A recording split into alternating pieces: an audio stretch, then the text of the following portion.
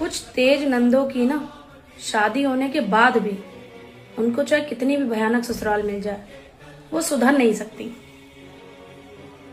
वो जैसी पहले गई होती है ना, अटल बदतमीज, वही हरकतें ना वो शादी के बाद भी जारी रखती हैं।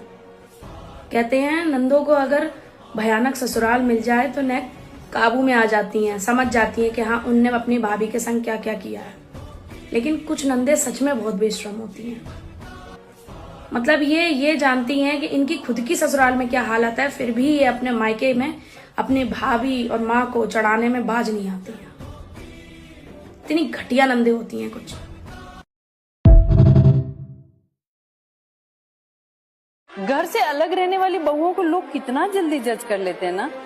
पर क्या कभी उनसे पूछा है कि वो अपनी मर्जी से अलग रह रही है या उन्हें मजबूर किया गया है? क्यों, सही कहा ना?